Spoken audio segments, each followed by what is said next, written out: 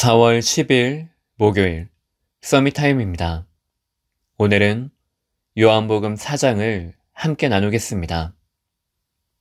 봉독할 성경 말씀은 요한복음 4장 46절에서 54절 말씀입니다.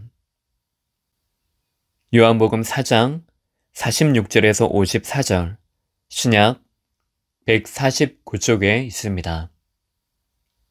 예수께서 다시 갈릴리 가나에 이르시니 전에 물로 포도주를 만드신 곳이라. 왕의 신하가 있어 그의 아들이 가버나움에서 병들었더니 그가 예수께서 유대로부터 갈릴리로 오셨다는 것을 듣고 가서 청하되 내려오셔서 내 아들의 병을 고쳐주소서 하니 그가 거의 죽게 되었음이라. 예수께서 이르시되 너희는 표적과 기사를 보지 못하면 도무지 믿지 아니하리라. 신하가 이르되 주여 내 아이가 죽기 전에 내려오소서. 예수께서 이르시되 가라. 내 아들이 살아있다 하시니 그 사람이 예수께서 하신 말씀을 믿고 가더니 내려가는 길에서 그 종들이 오다가 만나서 아이가 살아있다 하거늘 그 낫기 시작한 때를 물은즉 어제 7시에 열기가 떨어졌나이다 하는지라. 그의 아버지가 예수께서 내 아들이 살아있다 하신 말씀하신 그때인 줄 알고 자기와 그 온 집안이 다 믿으니라. 이것은 예수께서 유대에서 갈릴리로 오신 후에 행하신 두 번째 표적이니라. 아멘. 오늘 말씀의 제목은 갈릴리로 향하신 하나님의 아들입니다. 요한복음 4장은 갈릴리로 향하실 때 경유했던 사마리아 현장을 보여주고 있습니다. 그 현장을 통해서 성도의 틀린 세계관과 왕의 신하의 아들을 고치는 두 번째 이적을 기록하고 있습니다. 유대에서 갈릴리로 향하는 일반적인 길은 다른 지역으로 돌아가는 것이었습니다. 그 이유는 사마리아 때문입니다. 사마리아는 예전에 아수르가 침략해서 이주에서 온 이방인과 유대인들 사이에 태어난 혼혈인입니다. 그리고 유대인들이 포로에서 돌아와 성전 재건을 할 때 요청을 하지만 거절당했습니다. 그래서 그리심 산에서 성전을 건축하지만 유대인들에 의해 파괴되었습니다. 불이 깊은 그들의 상처였습니다. 그것은 약속하신 그리스도를 통해서 세계 복음화를 이루려고 하시는 하나님의 언약과는 거리가 멀었습니다. 껍데기의 종교 생활 가지고는 절대로 이해할 수 없는, 품을 수도 없는 현장이었습니다. 틀린 세계관을 깨뜨리고 상처 가진 빈 곳의 사마리아 현장을 치유하기 위해 예수님께서 직접 가신 것입니다. 이어 갈릴리에 도착해서 왕의 신하의 아들을 고치십니다. 두 번째 이적으로 제한이 없는 능력, 메시아 되심을 동시에 나타내셨습니다. 이를 통해서 확인할 수 있는 것들이 있습니다. 첫 번째로 사마리아는 하나님이 우리에게 원하시는 전도의 세계관입니다. 사마리아 한 여자에게 물을 달라고 하십니다.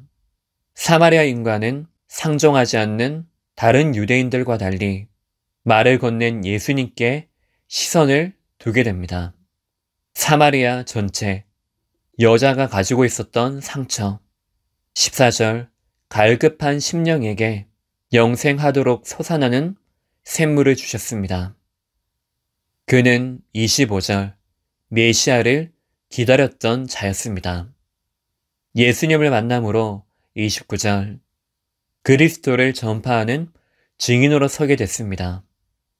그로 인해 42절 예수님이 세상의 구주임을 알게 됐습니다. 그 누구도 사마리아가 가진 상처를 보는 자들이 없었습니다. 갈급한 영혼으로 복음이 필요한 자로 보지 않았습니다. 우리 안에 좁은, 얕은, 낮은 연약함의 세계관이 있습니다. 상처입니다. 이것을 치유할 오직의 답을 붙잡아야 합니다. 진정으로 붙잡아야 내 안에 사마리아, 내가 봐야 할 사마리아에 시선을 둘 수 있습니다. 두 번째로, 하나님은 영이시기에 영과 진리로 예배하는 것이 온전한 예배입니다. 이제 여자는 예배에 대해서 질문을 합니다. 우리 조상들은 그리심 산에서, 유대인들은 예루살렘에서 예배하는데 예수님은 장소가 아니라 하나님을 바라보라고 하십니다. 24절, 하나님은 영이시니 영과 진리로 예배할지니라. 어디서나 하나님 아버지께 예배하는 것이 참된 예배, 온전한 예배입니다. 세 번째로, 하나님의 말씀은 시간과 공간의 제약 없이 모든 것을 초월합니다. 갈릴리에서 왕의 신하가 예수님께 자신의 아들의 병을 고쳐달라고 합니다. 그의 요청에 오히려 표적과 기사를 보지 못하면 믿지 않는다고 말하십니다. 죽기 전에 내려오셔서 아들이 죽기 직전인 시간, 집까지의 거리를 생각해 예수님의 능력을 제한시킨 것입니다. 50절, 예수님께서 내 아들이 살았다 하시는 말씀을 듣고 그제서야 믿고 가는 도중에 종을 만나서 아들이 살아있음을 확인하게 됩니다.